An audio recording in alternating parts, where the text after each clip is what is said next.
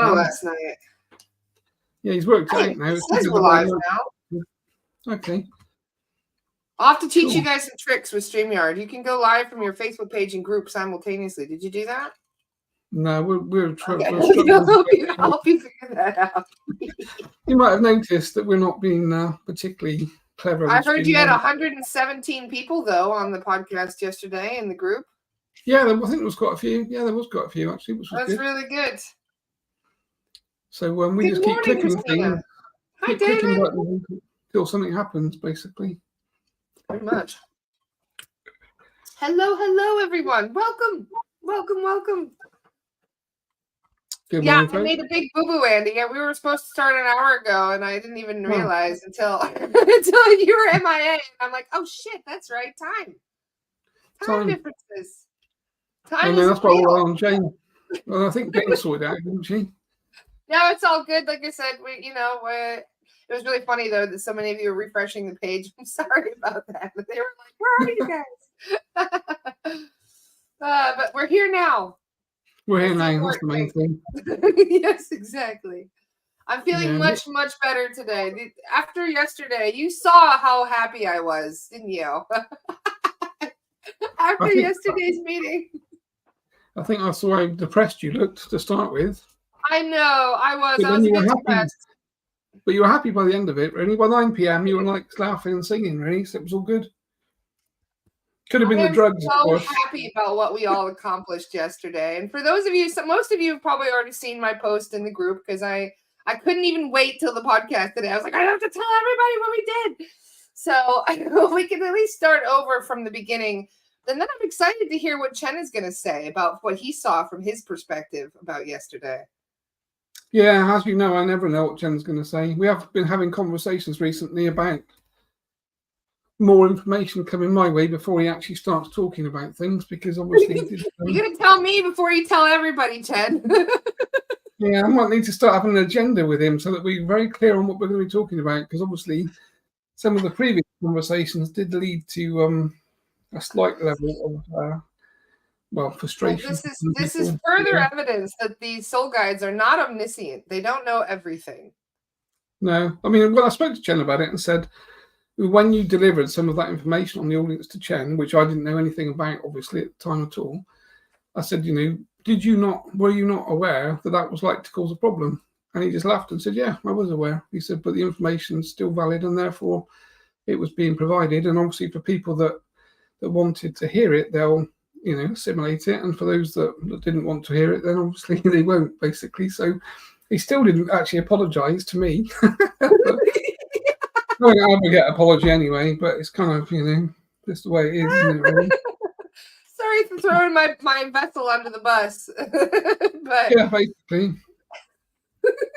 Yeah, I think if it was for the greater good, I think he would literally put me under the bus. Well, they have a much higher, they may not know everything, but they do have a much higher perspective of what's going on. They can see other timelines. They can read the Akashic records. They can get a really good idea as to what might happen. But as to what timeline we are going to choose to put ourselves in, that's where the confusion comes in, because there's so many endless possibilities out there and so many different realities that we could end up in, that it's nearly impossible to really fully predict everything that's going to occur. Yeah, and I did say to Chen, I said, you've told me things in the past that didn't happen, basically. So, although you come across all-knowing, you have been wrong in the past. And he said, well, not. So his way of saying it, basically, is not essentially. He said, I wasn't wrong when the information was provided at that time. So at that time, that event that was coming up in the future was on the cards to happen and was very, very likely, which is why, obviously, he'd given me things over the last 20 years. And then some of those things do happen, some of them don't happen. So when I've said, but not everything that you forecast has happened, we need to use our own deliberation, really, around that. So, yes. And I think that's the key thing, really. Everyone needs to take away the fact that, I obviously channel Chen and speak to him every day, and we laugh and we argue. It's a bit like being married, really, to a certain degree. In fact, married to 2 people, to Jane and to Chen. But, obviously the same thing happens, because there are the same conversations that happen. And some things I don't agree with that he says particularly, but it's obviously his version. So, and I think everyone has to kind of, if you look at all of the channel messages that come through from all of the spiritual people, so Bashar and Cryon and all of the other people that channel, the messages may be similar, but they're not all exactly the same. And some of the things that they suggest may happen on certain timelines don't actually happen, and we need to kind of be aware of that, I think. Yes, absolutely. They can see the most likely scenarios, but they can't see exactly what scenario is going to occur for that reason. And Bashar, I mean, it's a good person to mention because one of his explanations was really helpful. He said the past, the present, and the future are all happening simultaneously.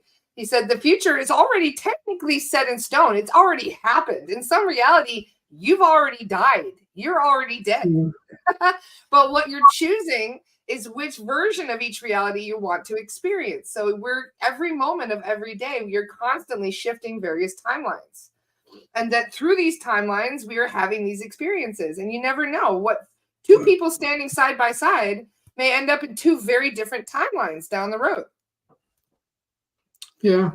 It's quite interesting, actually, when we do this sort of spiritual protection course that I teach, one of the meditations we do near the end on the sort of second part, the sort of more advanced part really, is we actually do a future meditation. So we go into the future to see the next year of your life and what things are likely to come up. And when Chen first did that, obviously I just follow in, I'm just basically regurgitating what he's showing me as we do these meditations. And I said, the future. And he said, yeah, it's really important for people to be able to see what's likely to come into their path or into their perception over the course of the future, the next year, effectively. And there's quite an interesting way of looking at things, because then if you kind of get to see that view, you kind of get to see a hint from the spirit guides and the spirit world, really, where things may change for you. So you may see a change of location, change of partner, change of family circumstances or numbers of people in your family, etc. So then you can make decisions based upon what's coming, which is quite an interesting place to be, really. Yes, absolutely. Well, there's just so much that's up in the air right now. So really, the only thing we can do is work on on ourselves, what we're projecting out into the universe, and what we're trying to manifest through the law of attraction. Our thoughts determine our reality. So it's very important to have positive thoughts and good intentions moving forward. Because if you're afraid that the world is going to end, and that's something you're putting your energy into, then that's exactly the reality you're choosing for yourself to have that experience. Yeah, exactly. Yeah. It's funny enough, we've got a builder outside actually, so doing some building work. And I was talking to him this morning. We were having kind of got on to very sort of delicately got onto the conversation about spiritual things. And I kind of just tested the water. And he's sort of basically kind of in our camp, which I was quite surprised at, really, because he's not the sort of guy you'd think maybe would be. But we're having quite an interesting conversation sort of along those lines and talking about those types of things. So it's interesting who is kind of switched on, who is in that space. And we were talking about politics. He said, who do you vote for? I said, well, I don't vote for anyone because it's all corrupt and therefore it's all being run by the same people behind the scenes anyway. I said, but that is a vote, isn't it? Because I elect not to vote because the choices you get given aren't choices you actually want to vote for. So not voting is a choice, basically. Yes, absolutely. It's consent. Voting is consent to the system. Yeah. So, yeah, absolutely. Very good point.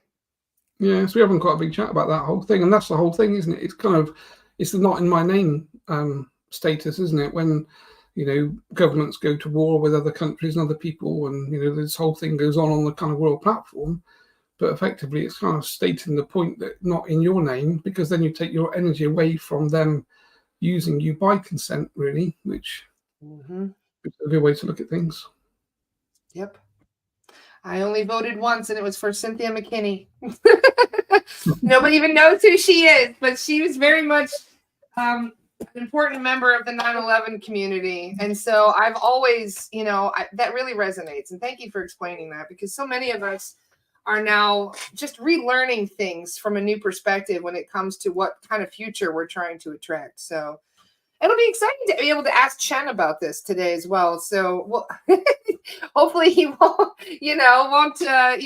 scare the people a little bit too much. But like I said, I think that Chen is right in the fact that those who are ready to hear this knowledge will be very grateful for the heads up, and for those who aren't ready, they're just gonna have to get ready whenever they can, whenever they can work it out. Well, I think, to be honest, for me, this is the kind of beauty of this discussion group, really, and the people that are in it, because, we are not kind of dictating what happens, and we're not kind of leading in a way. We're just basically talking about different things and giving different opinions. Obviously, with Chen, Whitehawk, and obviously other guys that you bring on, everyone has an opinion, and it's for people to basically either assimilate and agree with that opinion because it feels right to them, or if it's something that's been said that they don't feel is right for them and the vibration isn't right for them, then they can just drop it and move on. So this is the way that kind of the world needs to be, isn't it? I'm happy to listen to people that have a completely different opinion to me. I just sit there thinking, what a load of shite. But I don't say it. I just go, okay, well, if that's your opinion, that's fine. But it's not my opinion, and mine's very different to yours. So, I think if we all can kind of get to that space that we listen to things, and if things we resonate with, we kind of align ourselves with, and things we don't really resonate with, we just walk away from, basically. Absolutely. Yes, I agree. And this is also why it's so nice to have the soul guides and their higher perspective of things, because there's a lot that we miss down here. We're, it's like being too close to the problem, it's very hard to get a broad perspective when you have a human's perception. Yeah, it's like we've got the horse blinkers on, haven't we? Basically can't see out to the sides. We can just look in front. I think John was just answering a question about, I think quite a few people have asked the same question actually about people that come on the course. Do their spirit guides get hooked up with our team behind the scenes? And of course, that is the case, that if you join SRA and you do the courses and things, as Laura knows, then your guides get hooked up with Chen, Whitehawk, and the bigger team behind the scenes, because we're doing, some quite difficult and complex work and quite dangerous work, and therefore, being hooked into this much more powerful spiritual union of entities is what we all need. And of course, that is why, we kind of get the results that we do from a spiritual perspective, that it's not just one guide, our own guide, working, doing things anymore. There is this big collective that we've kind of created and joined with. And obviously Terry and Dolores and other people are sat behind the scenes, doing the same thing and bringing everything together. So the spiritual team, I'm sure if we could see the spiritual team, it would be probably enormous. But of course, we're all used to just talking to our own guides, and therefore that assumption is that we're just working with a kind of one-to-one, but obviously backing off everything behind the scenes is very different. And I think last night we did some fun work. We had obviously a Zoom session with the sort of SRA practitioners, and Laura brought. Is this a good time to talk about this? Or this is the perfect time to talk about it. Absolutely. So we kind of, in fact, you probably can talk about it better than me, really, if you want to. I'll fill everybody in. So this is one of the really cool things. This is actually a really good point I wanted to make anyway, so I'll just make that point first. One of the potential students, one of the people who are interested in signing up for SRA, came to me last night and asked me some questions. And she said, what is the best thing about the SRA Academy? What is, it's not, is it the knowledge, or is it something more? What makes it different from all these other modalities out there? Because you do have a lot of people who are doing clearing work in their own way. So what sets the SRA Academy apart from that? And the first thing that popped into my mind is the teamwork. How much we are, you're not alone in this work. We are like this. Many of us, we are backing each other up. We are looking to, keep everything transparent and above board, but also really looking after each other, because, see, see, my lights just flickered. It's the team.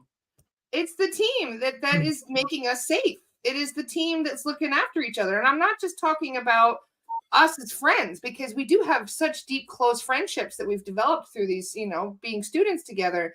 But it's the teamwork from the other side as well. It's not just the physical team, it's the astral team. It's all of us coming together and doing this work together. And so the thing that really, but what we did last night was something that I have been hoping for quite a while, because I watched some of Terry's old videos. And if you guys go onto Dr. Terrence Palmer's YouTube and you look at some of his past videos, he did what he would call basically soul rescues, I believe it was, where there would be a hospital and you'd have 7 mediums in a circle and everybody would go through and they'd clear out the earthbounds or whatever. So I had that in my mind for the last couple of weeks when there was a situation that developed in South Africa. One of my family members, my stepdaughter, she has been affected recently by entity attachments. In fact, we did a clearing on her when she had an episode, and we found a level 2 and 3 on her, and we got them removed. But ever since then, it's been bothering me as to where she got those attachments in the first place. And what happened was right before I left, she actually brought me to her high school. We were out running errands. She says, I really want to show you my school. So I was like, okay. And as we pull up to this big cement building, I looked at it and I thought, wow, this place does not feel good. Like, I actually had my stomach turned as we pulled up to it. And I said to her, I said, this is your school? And she said, yeah, it is, blah, blah, blah. And I said, it doesn't look like a school. She goes, well, it actually was a prison. And I said, well, that's why the energy is weird here. She goes, oh, yeah, this place has got some bad vibes. You can tell when you walk into it, especially. Like, she was saying that all the students were having a hard time. And she even told me that 3 of the students in the past school year have actually taken their own lives. And I was like, oh, my God, holy shit. Like, this is not good to have students in this building all the time. And as we drive around the corner, I see there's a cemetery right next to it. And I said something about the cemetery. And she goes, yeah, we have to walk through the cemetery to get into the school because this is where the buses park. And I was like, wow. And then we see going around the corner, I see, and she points, she goes, yeah, and there's a hospital right there. And she pointed to the hospital across the street from the school. And I thought, oh my God, these poor babies. Because they're going into a school that used to be a prison that was surrounded by dead prisoners in the cemetery. And then they have a hospital across the street. And I was like, no wonder she's picking up beasties from this area. Like, holy cow. So I brought this up. I've been thinking about it. And I brought it up last week. And I said, if I get the name of the school, can we do a clearing? And Andy's like, yeah, we'll try. Why not? So I got the name of the school. And last night, we all sat down as a group, as a team, all of us SRA practitioners, the mediums, as well as Jono and Andy. And Jono and Andy led us through a guided meditation. And we used remote viewing. We called in all of the soul guides. They came in and we cleared the whole space. The hospital, the school, and the cemetery were all cleared. We cleared. Now I'm just going to reread my list. Where is it? We had, hold on. Just reading my list here because, of course, my brain is not working this morning. But we cleared just over 300 negative entities, 600 earthbounds, 50 portals were closed, and over 1,000 curses were removed from that space. Wow. Can you imagine? Riddled, basically. It was riddled. 600 earthbounds, 300 entities, 50 portals, and 1,000 curses.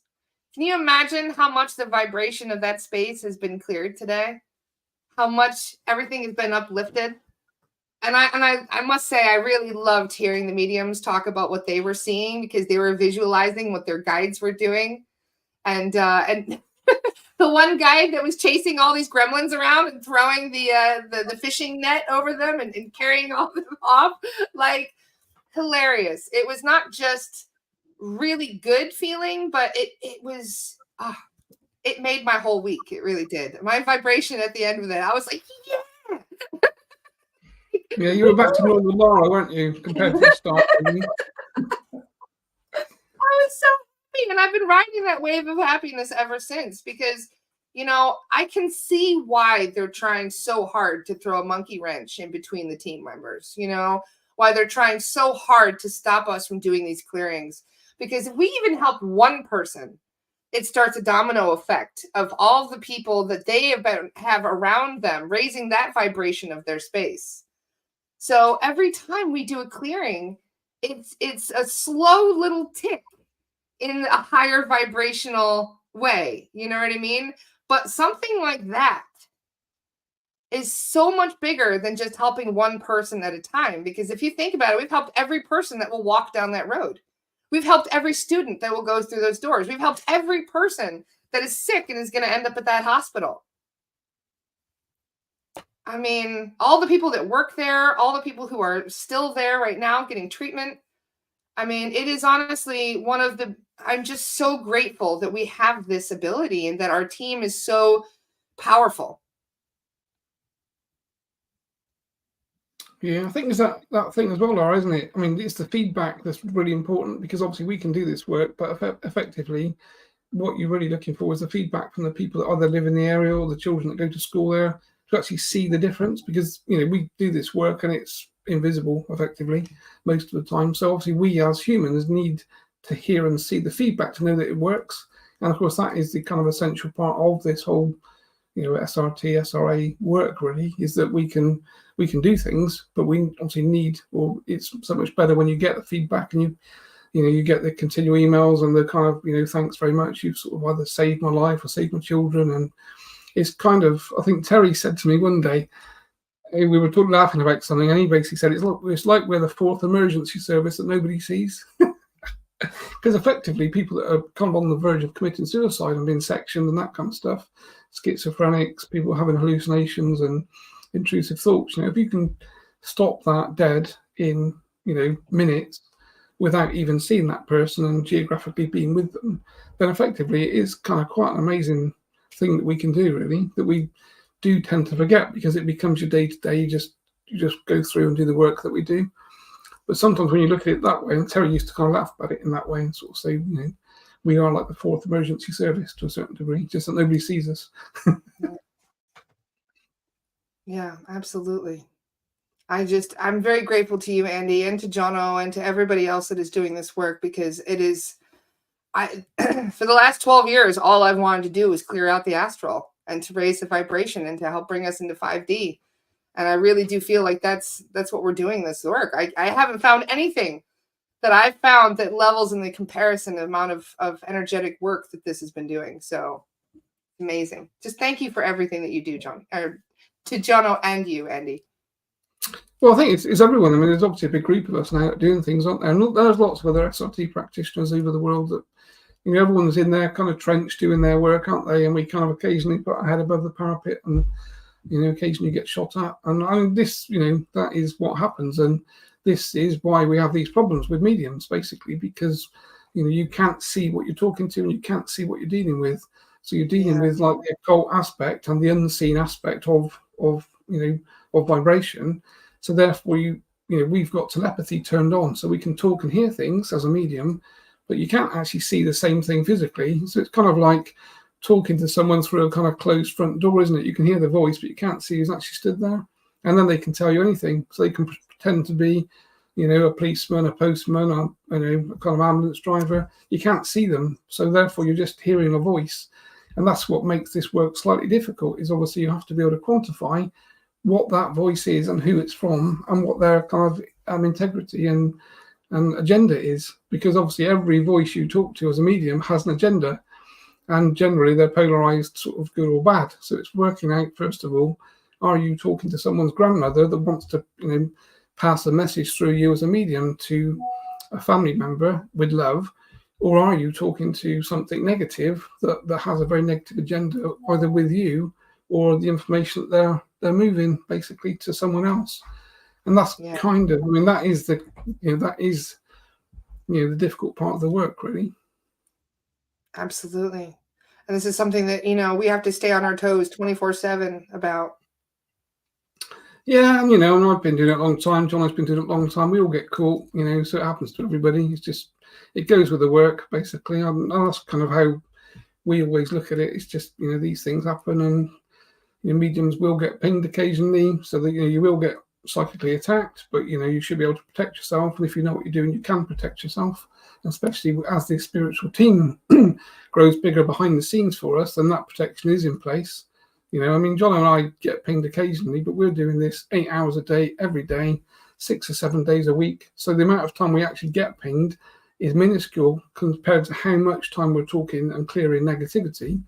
So, it kind of goes with the flow. And obviously new practitioners, as we know, that come through the training have to kind of scale up fast, because, you go from kind of a place that you're comfortable and you're put in situations and working with people in a very new way of doing things. And obviously there is a level of exposure that mediums are going to have, because that's the way that we work. But the way that the protocol's written from an SRI perspective, and obviously that was why Terry wrote it as he did with himself, was to keep the medium detached from anything negative. So we're not connecting and we're not talking. And if you follow the protocol to the letter, generally, most people won't have too many problems. But the problem is the temptation is so massive because, there are these really interesting entities and things you can talk to. And if you start to Google things and you're interested in other species, other entities, that kind of stuff that you can talk to, then it's more or less impossible from a medium's perspective not to do that because, obviously we're all kind of intuitively, or our observation is based on what we intuitively are interested in and like. So, and I think you said, Laura, didn't you, at one point, I'd be quite keen to create like a book of monsters or something along It's those because of my lines. D&D days. I love playing Dungeons and Dragons. Always have. I'm a big nerd, and the monster manual that we have and how to deal with these monsters in the game would be really helpful to learning how to deal with monsters in this game. Is all that I'm thinking. But it would be nice, yes. Yeah, And I was just laughing at. sorry, I was go just ahead. laughing at Chantel's message about, do you stuff your pockets with pebbles? I do. I have pendant, basically pebbles. Everything's on me all the time, basically. So when Jane washes my trousers, normally there's a big crashing around in the washing machine because all these pebbles and things fall out that I carry everywhere, basically. So there's always a conversation about, for the next 40 minutes, we have to listen to bang, bang, bang, bang, bang, bang, as the pebbles all disappear around the wash. There's been some really good questions popping up. One of which is, how does one do aftercare in this situation? But when you clear a property, it's slightly different. It makes me wonder, maybe this would be a good question for Chen, though, as to what kind of vibrational grid work they start to do to kind of keep that space high vibe and not let the attachments that are going to come back into the building when the people come back in. Yeah, because you've got to be clear the space, not the people that are going to be occupying the space later on. Well, that's the whole thing, isn't it? I mean, this is why this work is, again, it's patchwork to a certain degree. When we clear people, you clear them for a short period of time, which is where we used to kind of, again, Terry's words were paramedics, really, that you kind of clear someone, pick them up, take them to hospital, and then they've actually got some responsibility now to start to change their choices and their life such that they make better choices and start to protect themselves and raise their vibration. And that's where I think, like, teaching these spiritual protection techniques and principles is, that is the aftercare, really. If you don't understand, if you kind of walk out in the rain and you get wet and someone basically pulls up, throws you in the car and takes you home again, you're wet, so you dry off. But if you don't realize that when you walk outside and it's raining, you're going to get wet again, next time you take a brolly and the brolly protects you from the rain. So these spiritual techniques that we all need to use and learn is the method of protection, which effectively is part of the aftercare. Of course, most people either don't understand what to do or how to do it, or they're not really interested in putting the time in to do that. And therefore, obviously they can work back into that same circle of having or picking up the same things. Yes, I've come to realize that everything is basically vibration, really. So if you mix with people that are kind of vibrating at low frequency, they're going to be negative, angry, and that's going to kind of wash into your etheric field. So you're going to end up being the same. If you mix with people that are kind of high vibrating, positive, kind of spiritually protected and a bit more aware of what's going on, then you rise up and you spend your time at that level. So we're all kind of finding people like us, which is why we're all kind of here, I guess, is that I'm assuming that everybody on this call and in your group, Laura, is interested in that type of conversation, and they're obviously looking to basically work on themselves and bring themselves into a higher vibration, because otherwise, they'd be watching the ball game or they'd be sat in the pub drinking beer or doing whatever else. So if you're looking to kind of elevate yourself spiritually, then you're going to start to find these sorts of groups where this information is practiced, and everyone's talking about the same thing, just in different ways, really. Yes. Lorraine had a really good question. She said, how do these lower vibrational frequencies attack us if we are not vibrating at their frequency? Yeah, it's a good question. So my understanding is, obviously, they can still effectively come into our etheric field or attack our etheric field. They can't really attach to us. So if we're vibrating at a very high frequency and they're very low, they can kind of attack you because, again, it's energy effectively, but they can't really attach to you and stay attached to you. So effectively, that's kind of, and I'm saying with, like, all of these things are telepathic. So we're talking to other entities. We're all telepathic. So again, if you haven't got your protection in place, you'll start hearing voices, which is why people have intrusive thoughts and schizophrenia, because they're not able to stop that telepathic communication coming in. Whereas mediums that are trained and they know what to do, the medium should be doing their protection every day, and they should be connecting to their own spirit guide first, and the guide should be providing a protection. Because if you look at the way we work, in essence, if I or John or anyone else that's a medium was hearing all of the telepathic thoughts and voices coming in that must be around us all of the time, you'd be in a white box with sort of soft sides most of the time. But obviously we don't hear all of those voices. All we hear is our own guide that we talk to and we work with and we connect with, and we block everything else. Whereas someone that's schizophrenic doesn't have that filter. So they're hearing all of these different voices, and they've got entity attachments and other spirit, discarnate spirit attached. And that's why they're unable to basically block out all of that kind of chatter that goes on. So entities, and these entities, I know we keep saying it, but these entities are kind of evolved. They're thousands of years old. They were probably on this planet before we as humans walked on the planet. So you're dealing with something that is ancient and has ancient knowledge, and they know exactly how we work. So they will find what you're fearful of, and they will put those pictures in your mind, and they will attack you in different ways. And you're dealing with an adversary that's kind of more advanced than we are, which is why, again, we need our spiritual team to be behind us, because we as just individual people don't have the skill set to deal with any of this at all, really. Well, I learned that pretty fast. You start trying to do things on your own. Oh, I mean, you guys have been doing this 25 years and you still learn new stuff every day. Yeah. I think that we could be doing this for 100 years and still not learn everything that we possibly could through this work, considering how much there really is involved. But it is nice to be able to chat with Chen and ask him questions and to see his perspective of these things. You're basically saying get lost, aren't you, in the nicest possible way? No, we love chatting with you, Andy. I could chat with you all day. Cool. But yeah, it is nice to have his perspective of things, and he could answer some questions, like Debbie's question. I see your question, Debbie. That's a good question for Chen. Cool. Okay, let's get him in then, and I'll see you in a moment. Thank you, Andy. Good day to you, my dear. Hi, Chen. How are you?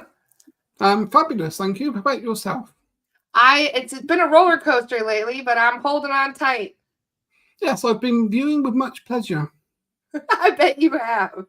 Yeah. Yesterday was so much fun. Could you give us a little bit of your perspective as to what we, did together last night? Yes, well, what you accomplished was a very well orchestrated and positive clearing of space, effectively. So this doesn't really need to be difficult. And of course, when you do these things as a person independently, then energetically you can only carry and hold so much vibration, basically. So as a single person doing this type of work, obviously connecting to a guide behind the scenes or a spiritual entity behind the scenes, there's a certain level of positive achievement that you can bring together. But working as a group, energetically, you all connect to each other. So all of your auric fields are connecting. Therefore, vibratory, you're rising to the highest of vibrations of the people that are working as a group. So if you're working with high vibrating people, all of you come up to that same level. And then, of course, the guides behind the scenes are all connecting together as a huge big team. So energetically, this is a very formidable group of people that can then exercise a huge amount of change. And obviously, when you're using your conscious awareness and intention, because the intention was set basically to clear those spaces. It was set to clear a cemetery. It was set to clear, obviously, a school for children, and then, of course, a hospital. So what happens is, effectively, your energy is being sent to that space. And we, as a spiritual team, also go to that frequency of vibration, which you would know as the physical geographic locality. And then, of course, we work together to clear the space. So mediums and people that can see, the guides will be showing them the pictorial images of what's actually happening behind the scenes. And obviously, from our perspective, we don't see physicality. We don't see physical things. We see vibration. So we, from a spiritual perspective, pick up anything that's vibrating at a low frequency, and we clear and remove that. And that then may be an entity. It could be a discarnate spirit. It could be a block of energy. It could be a thought form. Obviously, we then would check for portals, and curses effectively are energy as well. Because a curse, of course, essentially is a thought form. If you have a negative thought about someone, you send them a blast of energy, which is generally negative. So curses obviously are happening all of the time between all of you. But when you have spaces such as that's vibrating at such a low frequency and has been for such a long time, obviously the effect is very negative for all of the people that work and exist in that space. So I think what happens from our perspective is once the space is cleared, the vibration comes up, and then basically we leave spiritual entities that work with us in that space to hold the clearing for a defined period of time. Because, of course, as people go to work, as people go to school, as people walk through the graveyards, they bring with them attachments if they have attachments. So very quickly, the space can end up being the same as it was before. But of course, what we try and do is we try and leave effectively spiritual protection in place, but intellectual intelligence, as in an entity that's there to hold the vibration high to stop negativity getting a foothold again. And then we repeat the same process. Does that make sense to you, my dear? It makes wonderful sense. So you bring in like angels, etc., to try and keep that vibration high for the people that are going to be coming back into the space. Yeah, so we have spiritual entities that have a very high vibration. If they basically occupy that space in the way that you would see it geographically as a physical space, then effectively that space is protected because the vibration is so high that anything vibrating at a very low frequency doesn't have access. In the same way that if you have a shopping mall and you have a security guard on the door, the security guard's job isn't to interact with people as they walk through the shopping mall. The guard's job is to basically provide visual deterrent to anyone that would plan to do something negative. So criminals and criminality tends not to pass because there's a level of security and protection. So we have the same concept, but of course working from a vibratory perspective. Wonderful. Does that mean it's possible that some of the beings that had already attached to some of the workers and children there that may actually be cleared going into this space now? Yes, of course. So what tends to happen is if a person walks through, let's say, the front door, and there's effectively a high vibration and an entity there to help clear the space, they just detach from that person for the time the person's in the building, if you like. And then when they leave the school, of course, effectively, some of the attachments, discarnate spirit entities, will try and reattach to the occupant that they had before.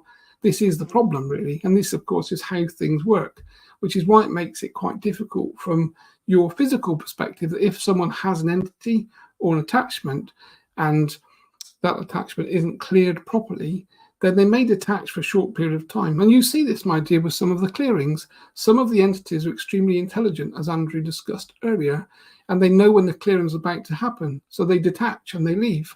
So our team can come in, review a client that's basically paid for or booked a clearing, remove and clear everything that we see. And then, of course, that entity, or not discarnate spirit generally, because they don't do that, but entities can then try to reattach to the original client if they do the same things. And so this is where you get to this point and position that some of these entities are tricksters, and they're very clever, and they've been doing it for a long time, and they know exactly how a human being thinks and how human beings respond emotionally, because humans are emotional creatures, basically, and you do everything based upon your emotion.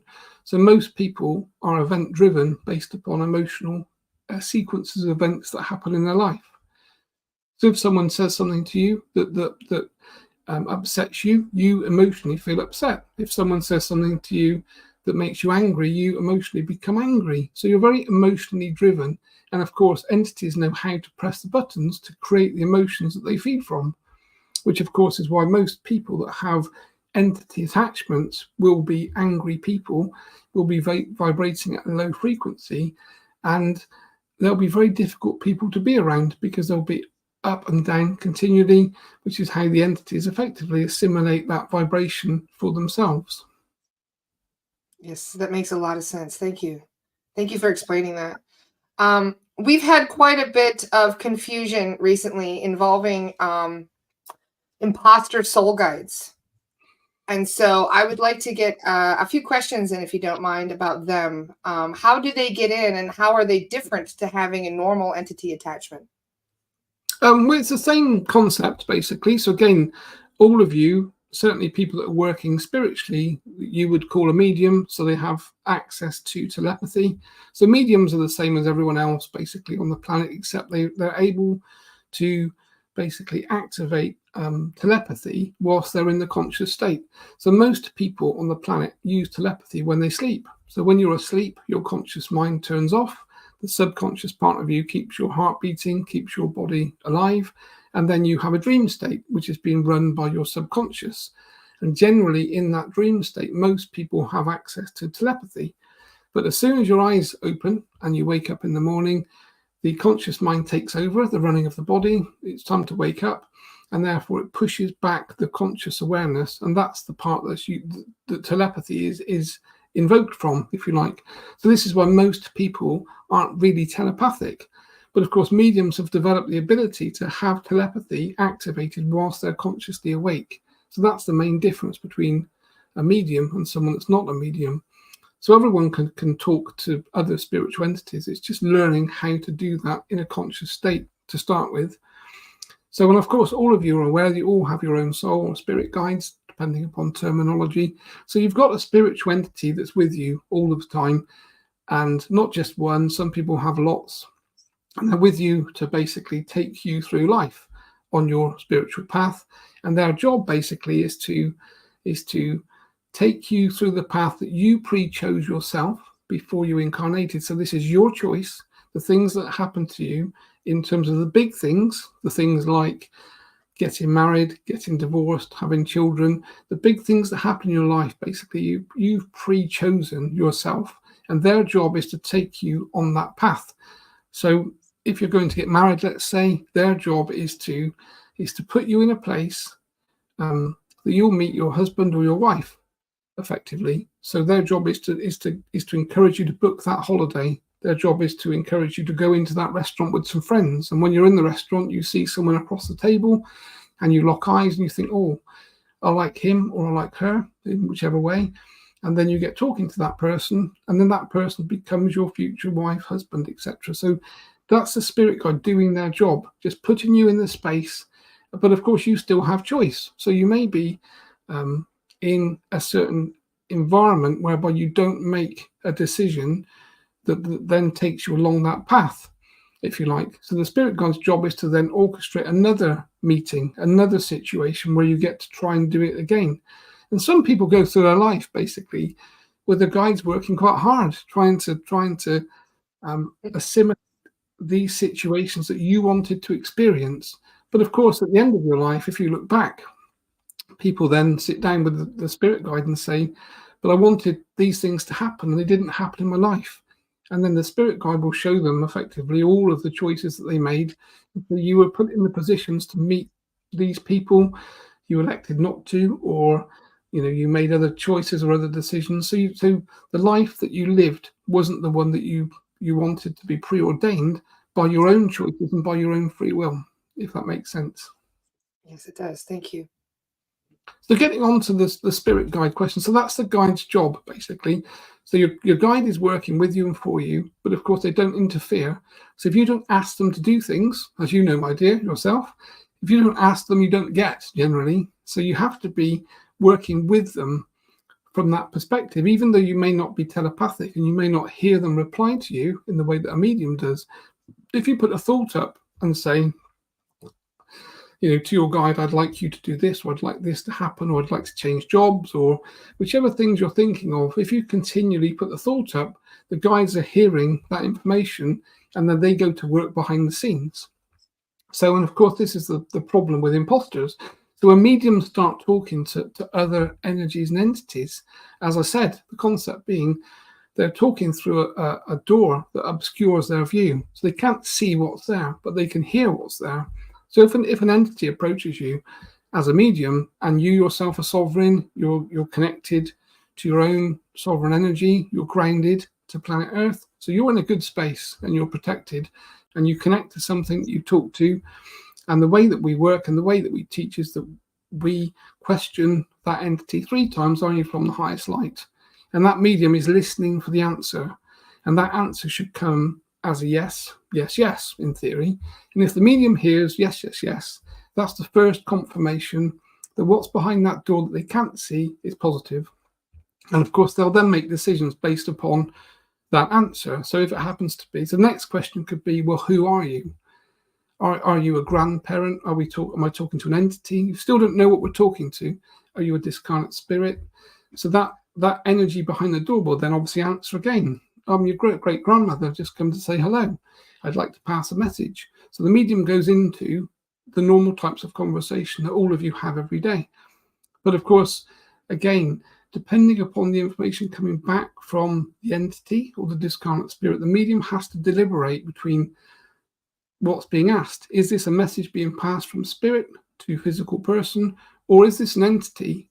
If it's an entity, then of course it's a very different approach, because if we're talking to your great granny, or you're a stand-up medium delivering messages for people in the room, then that's obviously the agenda. The agenda is to pass information from spirit through a physical human person that's a medium to an audience. Very clear. If you're talking to an entity, they're not interested in doing that at all. So entities are not interested in providing information about your great grandmother, and they're not interested in your family. So entities, again, are based by vibration, so positive or negative. So we have positive entities like myself, and entities that vibrate at a high frequency. So the angelic realms that you know and talk of, and that are spoken of in all of your religious doctrine books, etc., religious texts and parchment papers. And then we have the low vibrating version, which of course we would term them as negative entities.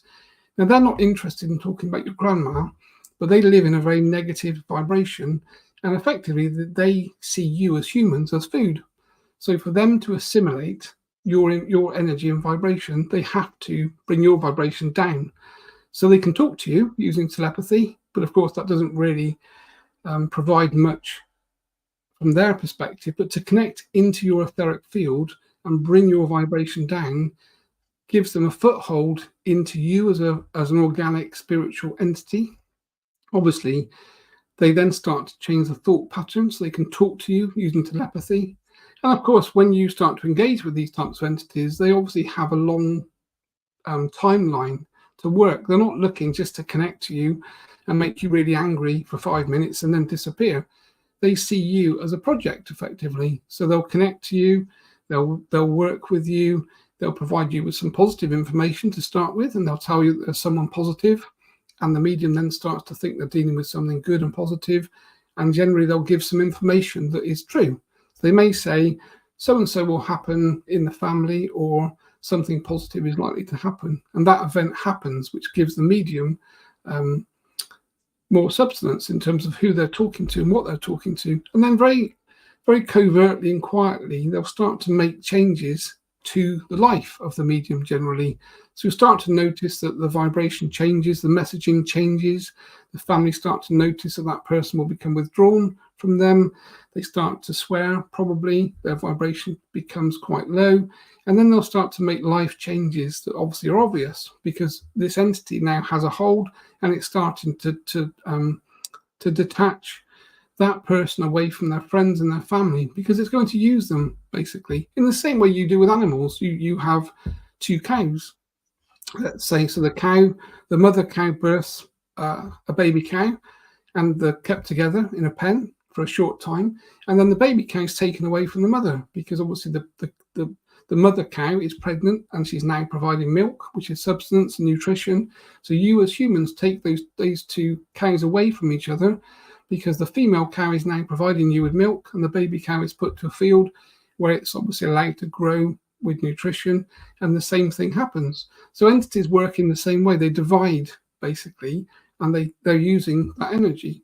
And of course, as time goes by, if you're a medium working with other people or you're teaching, then of course you're going to be targeted, because if they can connect to you, then they can connect to the people that you work with and the teachings that you have. So again, it's a long-term game. Does that make sense to you, my dear? It makes a lot of sense. So, if you have an imposter soul guide and you're doing healing work, how can that work be sabotaged by that imposter? Yes, of course. So if we have an entity, an imposter that's connected to a medium, the medium may run courses, may run teachings. So everything that they say will be tainted because, of course, the entity will be tainting the information. So if you look at people that have schizophrenia, or you talk to people that are schizophrenic or have intrusive voices and thoughts, you could be sat next to them and you could say, the door over there is red, and they may hear the door is blue. And if you would want them to write down what colour is the door, they would write blue. And you would look at them and say, no, I just told you the door was red. And they hear again the door is blue.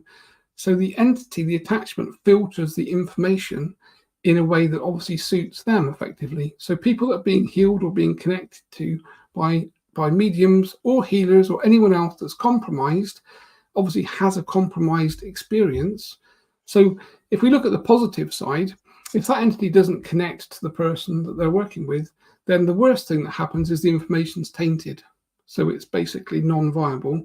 But of course, if you have a healer that's putting their hands on you and they're providing some sort of healing and they have a negative entity attached to them, then that entity now has access to your etheric field and you'll be opened etherically, and that entity is able to connect into you, which means, of course, they'll start to assimilate some of your energy into them, because this is what they do.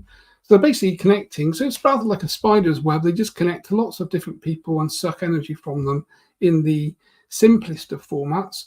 But of course, if they decide to start to make that connection deeper, then you'll start to have bad dreams, negative thoughts, negative things will start to happen in your life. You'll start to become frustrated, anxious, depressed. So all of those things start to happen. And of course, as your vibration comes down and down, these entities are basically pulling that substance into them, because this is where they feed and this is where they live. Thank you for explaining that. That makes a lot of sense. And with my own experience, you did have to clear me of one of these imposter guides the other day. Yes, one of these negatives. Well, we've been watching what's been happening, and of course, it's a great learning opportunity for everyone involved. So from our perspective, spiritually, there is never a negative experience. If you make a good choice and something positive happens in your life, then that's wonderful. If you make a bad choice and something bad happens, then you learn from the bad thing that happened, and then you'll get to go through the same choice again.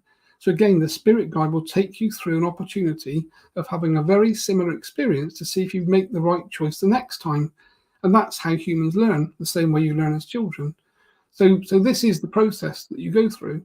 So there is no, for every person that works spiritually, everyone will have negative experiences because it's part of what you do. It's part of how you work. Most people on the planet are having negative experiences every day because they have negative things either around them or connected to them or controlling their thoughts or putting intrusive thoughts in with telepathy, or they're having bad dreams. They just don't know why it's happening and they have no understanding of how it's happening. But people like yourselves and people on these groups do have an understanding because you're learning and you're being educated about the way that you live and the vibration that you're living in. And of course, my dear, like everything, the more you learn, the less you know. Yes. So and I'm very grateful to you and the rest of the team for going back and checking my clients and students and making sure that nothing nefarious happened during this learning experience. So thank you for that, Chen. Yes, well, from your perspective, obviously, because you are effectively our voice, really, you're the voice of the Spirit Release Academy, and obviously you effectively are the voice of a lot of people spiritually. So we made a decision with your own guides quite some time ago that we would allow you to get into problematic situations to learn, obviously, because it wouldn't be right if we stopped you. If we provided you with enough protection that negative things never happen to you, you wouldn't understand how negative things can be experienced. So we needed to be able to allow what you may perceive to be negative things happening, like attacks, but we were actually offering you an extra level of protection from our perspective because you are the voice of these discussion groups and you are the voice of Spirit Release Academy, and you are a lighthouse that people are following. So you therefore require more protection because you are that lighthouse, you will get targeted more often than most people, and therefore you do require more spiritual protection. And this is why we stepped in some time ago because we could see that things were going in the wrong direction, and we allowed them to go in the wrong direction for quite some time as a learning opportunity, my dear. I'm just so glad you're backing me up, Chen. I'm so grateful because honestly, my first fear in all of this mistake was my clients and my students. I wanted to make sure everybody is okay. So thank you so much for making sure that my mistake didn't affect other people to such a degree that, you know, I'm glad that I'm only really I only really had to learn this hard for myself, because it's very hard to have discernment with beings that you can't see. Yes, and of course this is the whole problem. It's difficult, and this is why obviously this is the whole reason that the Spirit Release Academy was actually orchestrated effective in the first place, because it's difficult. If it was easy to clear people, it was easy to remove entities, then there would be no requirement for us to have any training or organizations, or people like Andrew and Jono wouldn't be required. They're only required because it is difficult. So unfortunately, you can't clear entities that have attached to someone, can't be cleared with verse, with religious doctrine. They can't be cleared with any type of muscle testing. There's nothing you can do to clear an entity that's connected to someone's etheric field apart from orchestrating a connection to another spiritual being that has a higher vibration that can detach that entity. So you have to work with a spiritual entity that can do that detachment. You as a human can say what you like. You can sit in clouds and clouds of smoke and sage all day. You can cover yourself in crystals and all of the other things, but you won't detach an entity that's connected to your etheric field. Thank you very much for that. That makes a lot of sense, and is very helpful in moving forward. Can I ask why the reptilians in particular seem to be causing so many conflicts, and why they have such a vested interest in throwing monkey wrenches in our plans? Yes, because they've always done that, and they're always here. They've always been here. So they see this as their domain, basically, to a certain degree. And of course, they control most of the planet. So if we look at most things that happen on planet Earth, certainly from a political perspective, and all of the top level people that make decisions, reptilians are behind just about everything. So if you look at the, historical families that run things from a worldwide perspective, the banking system we talked about before, the political system, every single thing that is running and in control has an entity that's generally reptilian behind the scenes. And this, of course, is why all of you live in this very impoverished, difficult life, which could be changed, obviously. So our job, which is why I'm here, is why I'm working with Andrew, is to change the vibration, because taking on these entities is very difficult to do, because they're more intelligent and they're stronger and they have a lot of information and access to you as a human. So it's a bit like the David and Goliath scenario, except Goliath is an entity that's thousands of years old that you can't see, you can't connect with, you can't talk to, you can't kill it at all. So you have no access to be able to fight it from a human perspective. So you cannot win in that situation. But what we can do is we can change the vibration of the planet and the people on the planet and the energy of the planet to a level, to sustain a level of vibration that they cannot exist here at all. And then therefore they lose their dominance. And that's what's happening. This is a spiritual war that's been happening here for a long time. And we've now increased the level, if you like, from a spiritual perspective. And this is part of the transition that people talk about. The planet Earth is moving into this new dimensional space that you talk about as 5D. Well, what's actually happened is the spiritual war is changing the vibration. And as the planet moves into that new frequency, then a lot of these low-level entities cannot exist here, and they will leave. And when they leave, of course, the orchestrated corporations and people that they've been running will also fall behind the scenes. So this is why you're seeing everything's falling apart. It's falling apart because, of course, the people behind, or the entities behind everything, are losing control. And obviously the light is being shined in some very dark areas, and it's bringing people online, and people are starting to notice and starting to see that things aren't right. And even though people may stand up on their television screens and say one thing, we watch what they do, and they do the complete opposite. And this is how it's always been. So nothing has changed in the last 100 years from that perspective. It's just that you people, most of you now, are actually more intelligently switched on, and you're actually seeing things in a different way. And that's what makes it such an interesting time to be here, because I think I've said before, my dear, the queue to get into a body on planet Earth is enormous. There are so many souls that would love to incarnate here, to come here to help to bring this vibration up and to change this whole space. So every one of you that has a body, you're in a very, very unique position. And for most souls and energies that don't have a body, they're very envious that you do. So even though you may be going through a trying, difficult life, if you think about it from a spiritual perspective, you've earned a badge of honor to be here. And if you use your vibration in a positive way, you'll make change that will last a long, long time to this planet, and of course to all the other entities that exist here. Yes, absolutely. There is a lot of fear right now going around these changes. Do you mind explaining just a little bit about why I think that we are actually going to be okay and we have nothing to fear right now? Yes, because you're a spiritual entity. Your physical body is merely a physical body, so you don't have anything to lose. The only people that are fearful are people that are fearful of death, because they don't understand that they're a spiritual entity, not a physical being. So as a spiritual entity, you cannot be killed. You transition through the point of death. So there is nothing that can happen to you that is that bad that can be a problem, really, from that perspective. And if you look at how most of you live, if we sat down and spoke to everyone on this call that's listening and said, tell me about your life. Do you feel positive? No. Do you have enough money? No. Do you love your children? Probably, but I don't get to spend any time with them. Do your children love you? No. They spend most of the time on PlayStations and with tech and distracted in one way or another. So we could carry on these conversations. What do you get from your life that makes you feel the best about it? On my 2-week holiday every year. Okay, so in a whole year, you look forward to your 2-week holiday abroad with your family, and that's it. And the rest of you, you're working, you're not enjoying your life, you're impoverished from a financial perspective. So why don't you change that? Because we don't know what to do to change it. So this is where most people on the planet live from. And if you look at people in the third world, they don't even have those choices.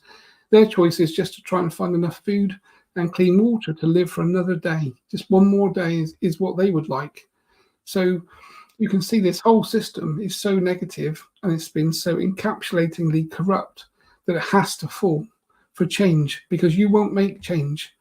All of you today won't make change whilst you have your vehicles, whilst you have your food, whilst you have everything you need. You're in a very sustained, stable state. And if someone's sustained and stable, they won't fight for anything. But if you take everything away from them, suddenly they might stand up, and suddenly they might start to fight not in a physical way, of course, my dear, but generally speaking. And this is what the system has done. It's given most people a comfortable enough life that they stopped standing up and they've stopped requiring change. And this is what we see from a spiritual perspective, is that the only way to get change on this planet is to take away some of the comfortable things that people have around them, and then they will stand up. But if you don't take away the comfortable things, they remain impoverished and they remain controlled and in a negative place. And this is why we had spoke before. And I know young Andrew got quite annoyed with me, actually. So we had a little bit of discussion where he expressed opinions and views. And of course, I did take them on, but I disagreed, so I carried on anyway. Just the way that I tend to do things. But this is, if you look at the control system on the planet, it's finance. Finance is the control system, because it controls everybody. It controls the people in the third world that don't have enough money to buy food, and it controls people in the Western world that are all enslaved in mountains of debt. So finance is the control system. So if you want positive change on the planet, it stands to reason anyone with intellect would realize the finance system has to change. Does that make sense, my dear? A lot of people were scared by what you said, but I celebrated. As you probably knew, I have been waiting for this for 20 years, and I am extremely excited and happy. And your news, even if it is just, I realize that we're all shifting timelines and it's just a possibility of a future. I just want you to know, Chen, I am deeply, deeply grateful for the heads up that you've given us. And I'm making a very large garden this year in your honor. Yeah, I do remember seeing you dancing, my dear, because I think you said you were going to dance. And I did. And Yeah. I'm just so happy. It makes me want to continue dancing because this whole system, it is broken, and it has been our shackles for a long time. And a lot of people I can see, it's like a bird having the cage open finally. And we're wondering, like, oh, should I leave this little cage? Am I going to be safe out there? People are feeding me in here. Maybe I should just stay. But then when you realize that you get so much more power and happiness when you leave that cage, when you finally, put all of those shackles down and start moving in the direction we're meant to be moving as humanity, rather than in a downward spiral. It gives me so much hope for the future. It really has. And it's given me a renewed strength in what is to come. So I just wanted to say, Chen, I'm sorry you got chewed out, but it was something that needed to be said. And I'm deeply, deeply grateful for you. Yes, thank you, my dear. And from my perspective, we're here to provide guidance. We're not here to make you do anything. We just provide words that you listen to the words that we say. If the words resonate with you and your understanding and your vibration, then you may align yourself and think, I agree with those words. If they don't sound right to you, you don't feel that they're quite right from your perspective, then you don't have to do anything with it. You just drop them, the same way that conversation happens every day between you, your friends, your families, the media.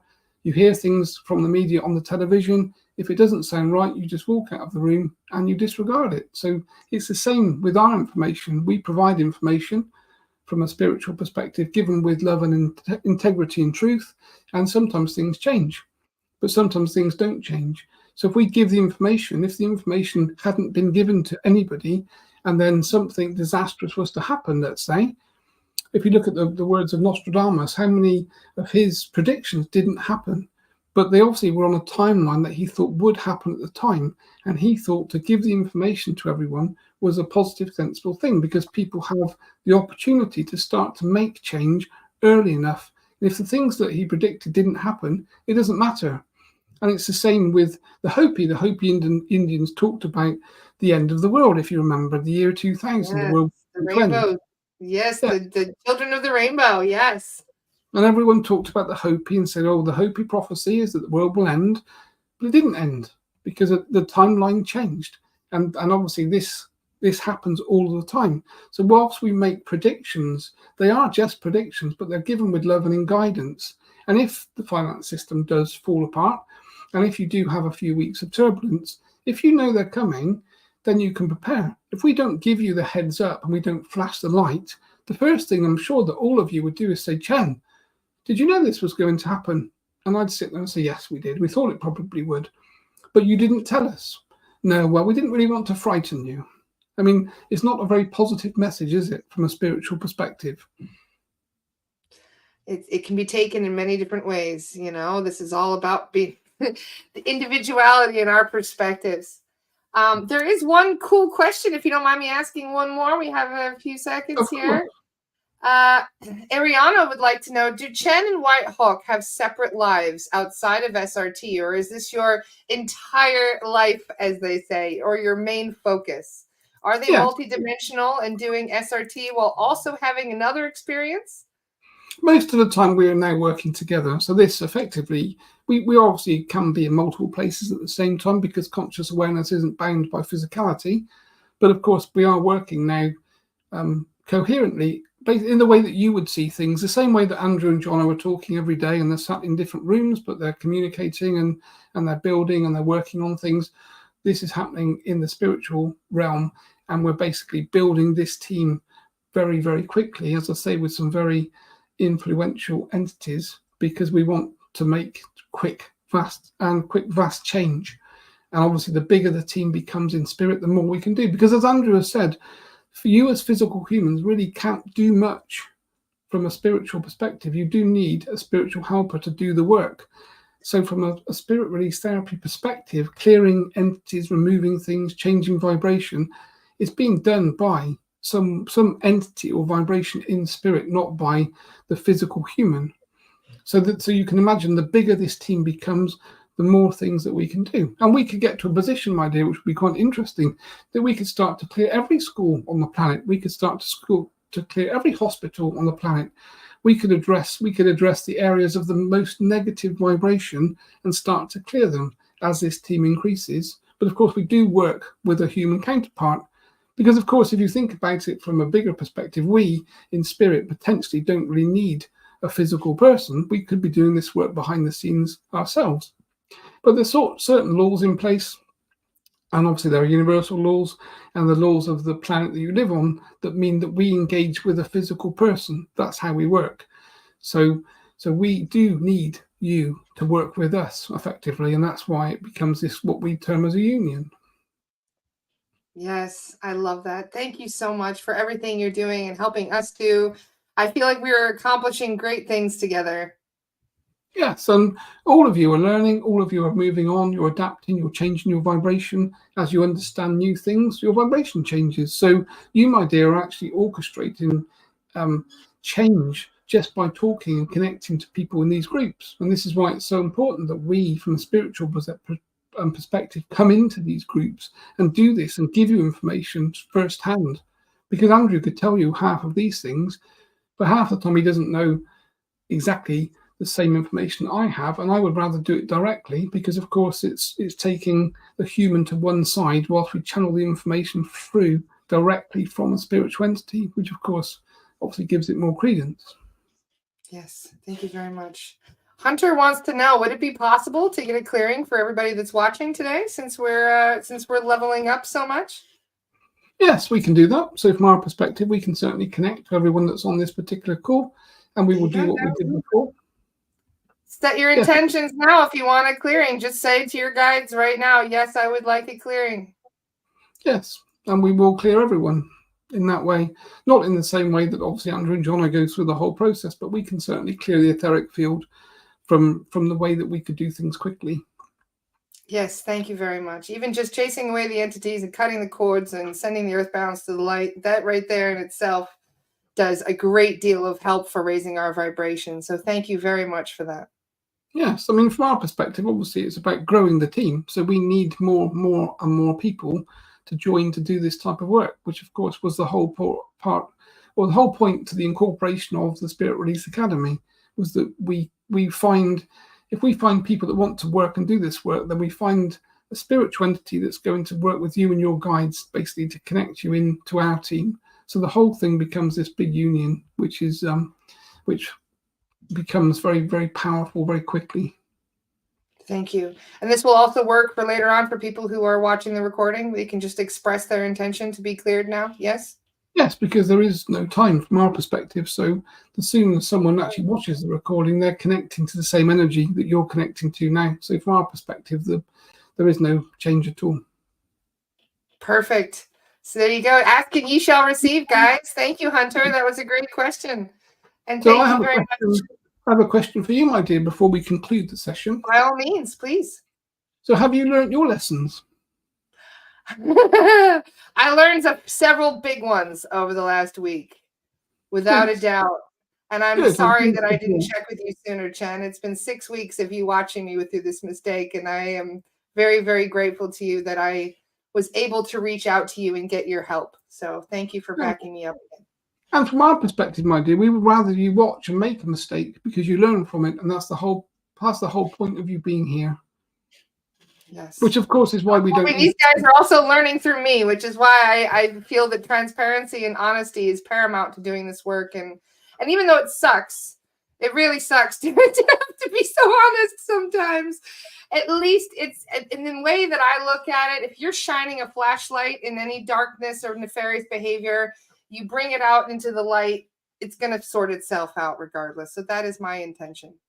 Yes, and you must understand as well, honesty is always accepted. So someone that stands up and says, I made a mistake, I did something wrong, the human heart, when it hears honesty, opens, basically.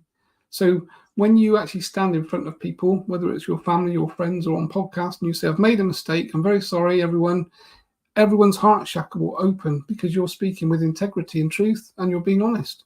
And it's the only way to move your species forward humanity can only move forward and ascertain higher vibrations when we lose deceit, corruption, and negativity. And speaking your truth and being humble is part of that transition. Thank you.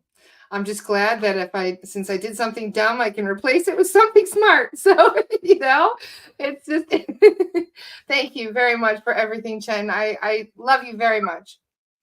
Yes, and I do you, my dear. So we'll say good day to you all and bring young Andrew back. Have a wonderful day, Chen.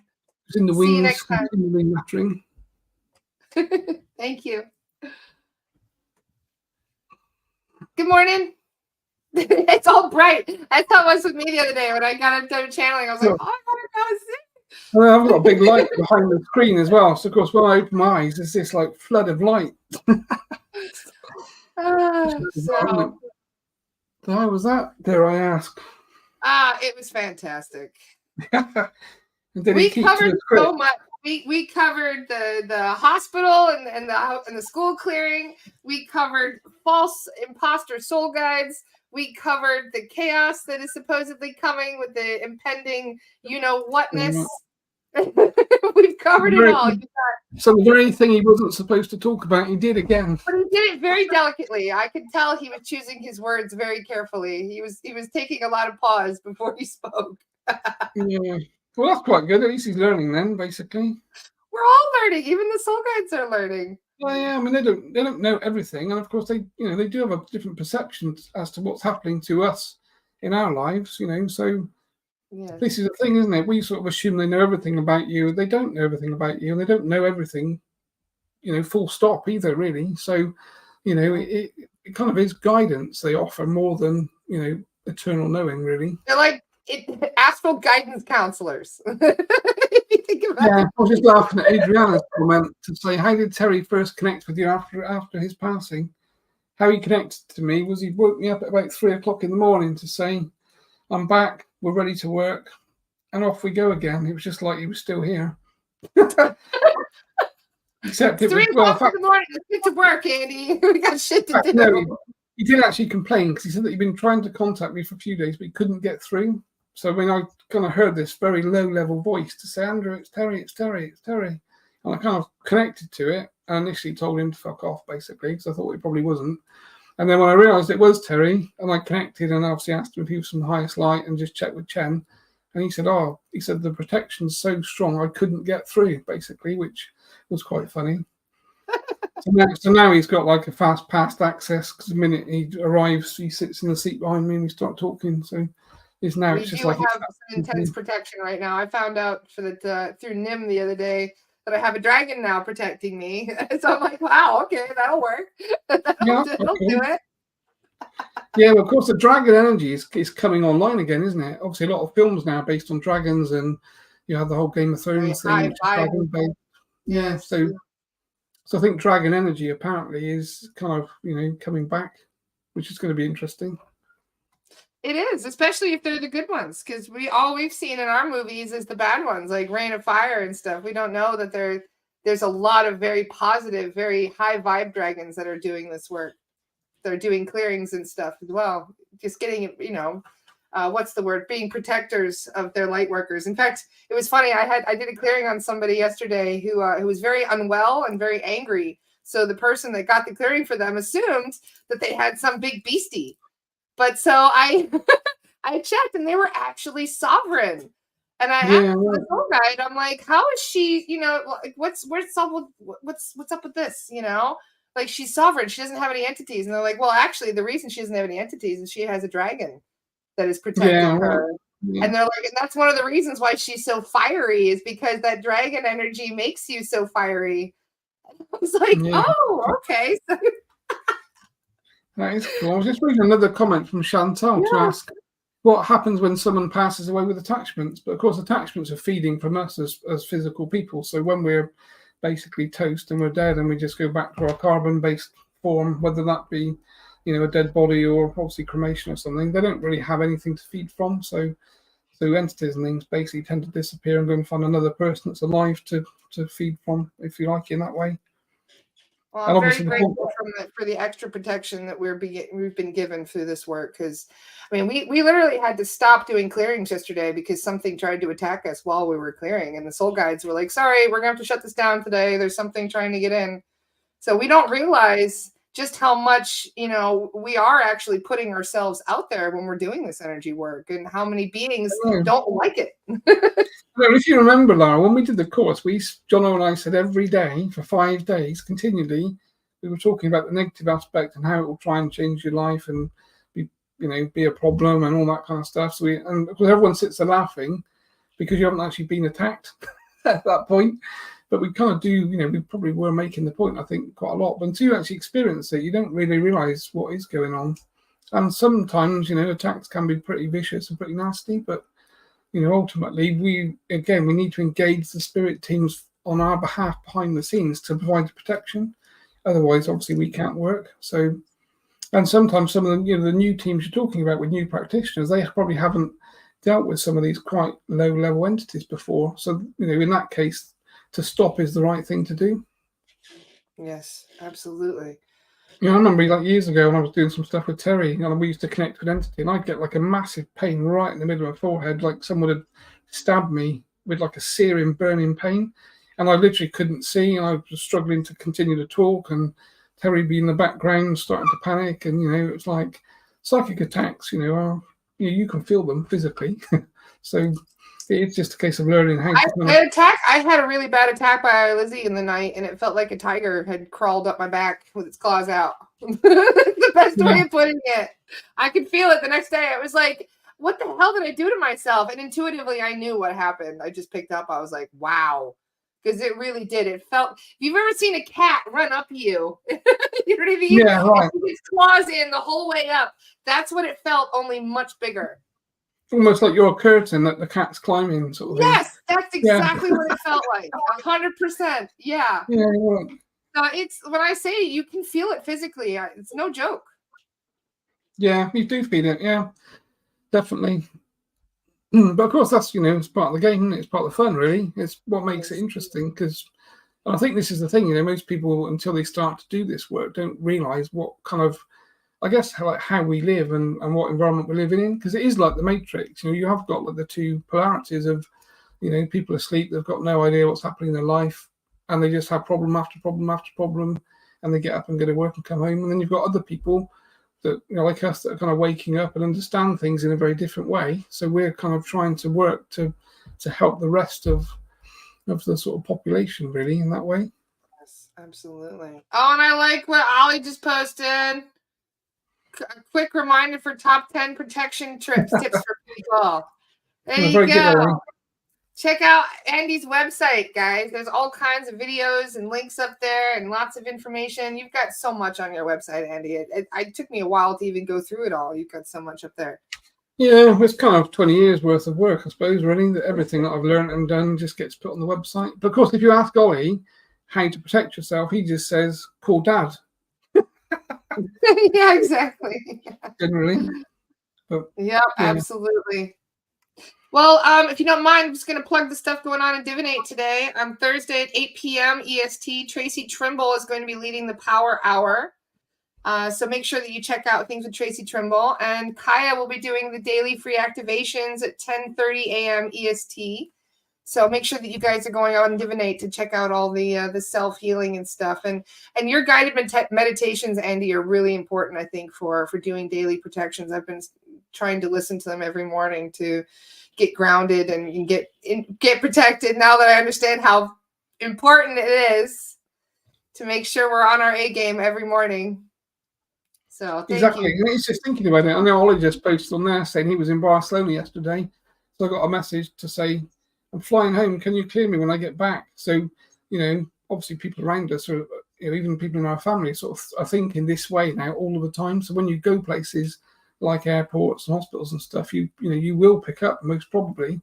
If you don't know how to protect yourself, then that can happen. That attachment can stay for a long time and kind of cause havoc in your life. So this is important stuff that we're kind of talking about, really. Well, I said flying home yesterday. I had one message to Dad. Can you clear me when I get home? And just continual thing.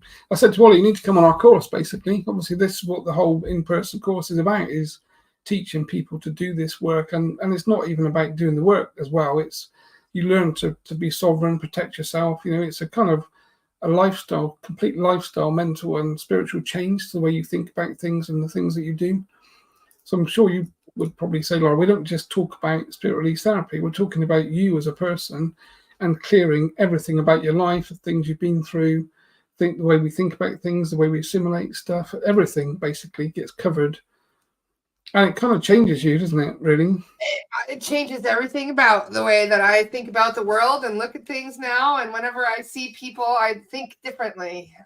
When you see people who are going through a really hard time, a lot of times we think, oh, look what you did to yourself. And now you realize you're looking at people, you're like, wow, look what's happened when, you're in a low vibe state. Because most people that are dealing with really heavy shit are not just dealing with their own heavy shit. They're dealing with the heavy shit from earthbounds. They're dealing with entities. They're dealing with all sorts of things that are far outside their physical perception. And so it's like having a monkey on your back. It's like you're trying so hard to get through in life, and you've got this weight that's trying to drag you back and hold you down. And when you remove that, and I hate to say it, but honestly, one of the best things about doing this class is the daily clearings, because I clear myself now. Every time we start doing clearings, I'm clear. And every time we're finished doing clearings, we make sure that we're still clear. So it's honestly just not having any to worry about being compromised, which is ironic considering what we've had over the last, you know what I mean? But I felt so much better after Chen cleared me. I could feel the difference. It's like the weight was lifted off of me again, and I feel much clearer. Like my mind isn't as fuzzy as it was. Like it was hard to even retain thoughts up until that clearing. So it's just, I'm deeply grateful that everything is unfolding as it has been. And I'm excited about the future. We've got amazing things we're going to be doing together, and these new students that are going to be coming in for this new in-person class, and then the online training, and perhaps in the future, we are planning to have you guys come to the US and do a US class as well. And you're going to drag us over, aren't you, Laura? Oh yeah, we're dragging you over here. Daniela and I have a plan. Oh yeah, I bet you do. If you run it past Jane and Louise. Yes, exactly. We're going to bring all of you over for an American All you need trip. to do is talk to our wives. Basically, they just tell us where to be and where we're going. So if Jane says, "Oh, you need to be in New York," and where we just Jane that's where will be we hearing arrive. from me very shortly then. But this is it, because what we did last night for clearing that school and hospital and cemetery, all having, the more students we have, the more of those spaces we can clear. And one of the things that Chen said, which you will see when you listen to the replay, was that we will be able to do hospitals in one go like that quite often. Like this is the starting point, yes, but it's going to work up to the point where we can keep a hospital clear like that. We just say, go get them, boys. They're on it. I think that's the thing as well. The thing that kind of like ignites my passion, I know John is the same, is not us doing. John and I can't do all this, neither can you. Yeah. What we need is people in every country in the world all banding together in small teams doing the same thing. That's what really forges the change. So we're just a starting point, basically. And obviously, we're all getting older and we won't be here one day, but we want to leave behind, a network of people that are all kind of working in the same way, doing the same things. And that's kind of where we need to get to, really. And that's why I wake up every day and think, turn the PC on. What does today bring? Let's get on with. Let's move forward, because that's what we're kind of all about.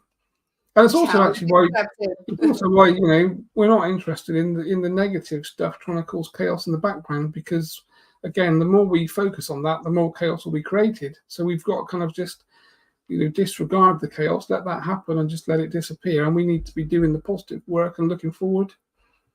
Yes, absolutely. Thank you so much for today, Andy. I feel a renewed sense of empowerment from this conversation, and excitement is for the future getting better. So thank you very much for everything that you and Chen do for this community. Yep, perfect. And for yourself for being the host of the community, because without a focal point, which you are effectively, then obviously this wouldn't happen anyway. So And as you know, we don't want to be the focal point. Jen called me a fulcrum the other day. I was like, well, A fool? yes, Yeah, a right. fulcrum. Okay. Yeah, Fair enough. I'm a yeah, I'm one of those. But that's fine. We're lifting things up. Awesome. Yeah, cool. Love you guys. Thank you so much All for right, joining folks. us today. Bye, We'll folks. see you soon. Bye, guys.